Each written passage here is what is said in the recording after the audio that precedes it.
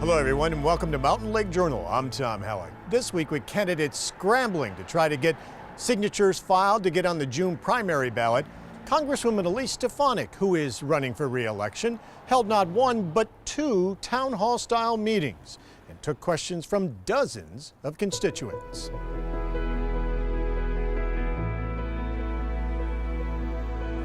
want us to move aside while they sell our health care to the highest bidder. They want us to be quiet while they eliminate maternity care for the mothers in our community.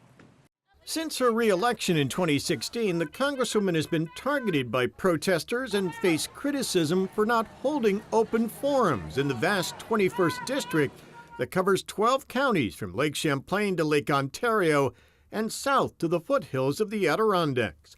She did join us here in our Mountain Lake PBS studios for a televised forum last May, taking questions from a crowd of more than 100 people.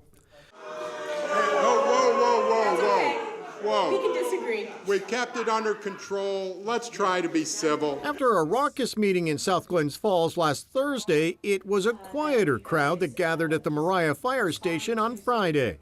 Still, the Congresswoman did hear from several people unhappy with President Trump, including this 71-year-old former Marine from Moriah.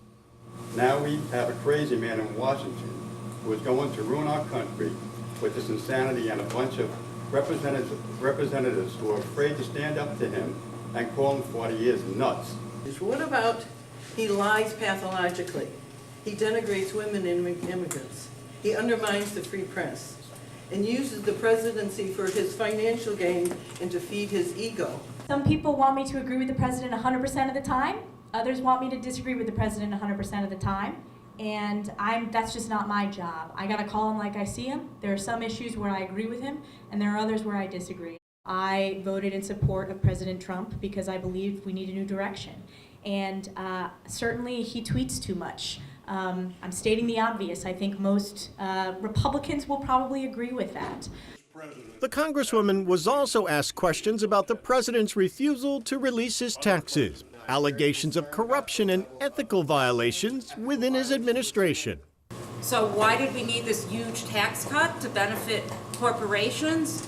And questions about the tax bill and whether lower corporate taxes will help spur businesses to grow in the North Country.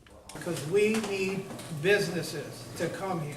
There are many aspects of the bill that I supported, doubling of the standard deduction, enhancing the child tax credit, getting rid of some of the special interest loopholes, lowering the corporate tax rate to ensure that we're able to compete in a global economy. And I'm pleased to see that many businesses like the Sun are investing in their workforce and expanding. My big problem with the tax bill is it penalized high tax states. And unfortunately, we are in a very high tax state.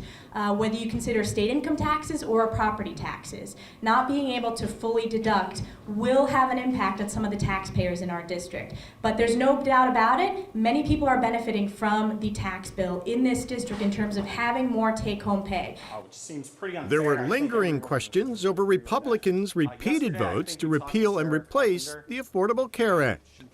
I still don't understand why you voted for that bill. I voted for it because I believe a replacement to the Affordable Care Act is the direction we need to move. I think it's failing, it's collapsing onto itself. It's not failing. It's okay. People have differing viewpoints on this. That's not the truth. I visit many small businesses that are barely able to afford health care for their employees because of the rise in costs. And the Congresswoman was asked about gun control and the push after the Parkland shootings to ban semi-automatic assault rifles.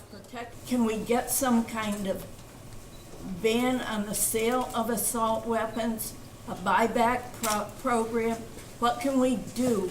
There are many gun owners who are law-abiding citizens, thousands in this district, that own semi-automatic weapons, and they use them for recreation, they use them for sports, they use them in some cases for hunting.